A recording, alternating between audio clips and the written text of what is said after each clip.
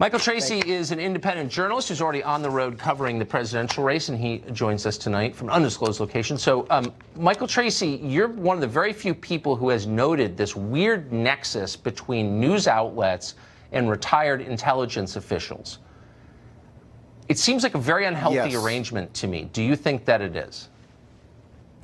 I think it's unhealthy, and I think it will contribute to a fundamental inability for the media to self-reflect on what it got so horrendously wrong throughout this episode. I mean, if John Brennan is a colleague of yours at a different network, then that might disincentivize you to do a thorough audit of the practices which led to such a false impression being conveyed across the airways about what this story actually entailed. You know, this past week we marked the anniversary of the Iraq invasion, and since then, all the top media promoters of that invasion have ascended to high levels of power and influence.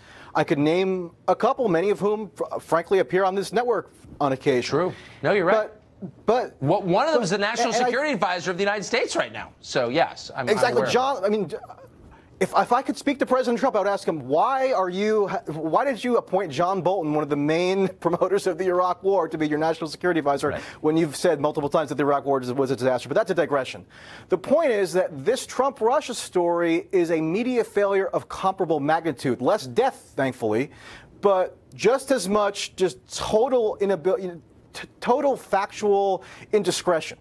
Yes. And I feel like something similar is going to happen where the people who were proven decisively wrong and were proven to have deceived the American people for 2+ years, now we're approaching 3 years actually, they're not going to pay any price. They're not going to face any consequence. If you or I or normal people failed at their job miserably, they would probably, I don't know, get demoted, maybe even fired. They would suffer some kind of reputational consequence, but not so for the media elite who have been leading the charge of this story, who had a lot of influence on these security state officials like Andrew McCabe, who launched one of the investigations into Trump at the FBI. You know, listen to Andrew McCabe on his recent book tour. It almost sounds like he's a devoted reader of David Frum at The Atlantic, who's Frum, you know, he worked for George W. Bush. He helped coin the axis of evil phrase. He was a leading advocate for the Iraq war. He's also a leading advocate of Russiagate. There's a lot of crossover there.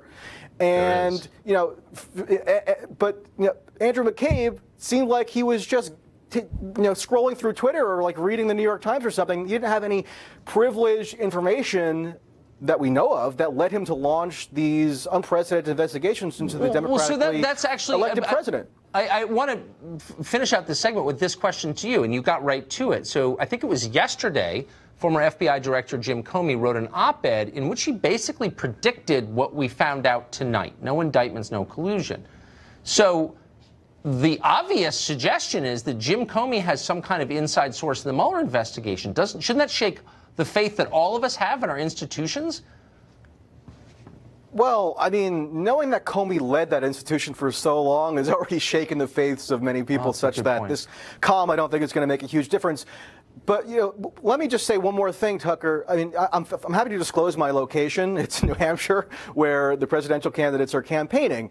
And the Democratic presidential candidates have totally beclowned themselves on this issue because they've, in large part, adopted the most maximalist interpretation of what the Trump-Russia conspiracy consisted of, irrespective of, you know, skeptics saying, let's exercise some caution here. Let's not leap to conclusions. The one exception, and the candidate that I'm covering this week is Tulsi Gabbard, who just last week said something to the effect of the people who have been calling Trump Russia's puppet have actually distracted from the reality that Trump has actually contradicted much of his campaign rhetoric and taken aggressive actions toward Russia. And that's what Democrats should have been emphasizing this entire time, rather than going down this conspiracy rabbit hole. And for her to say that is an act of real bravery right now. Michael Tracey, thanks very much for joining us tonight. Good to see you. Thanks.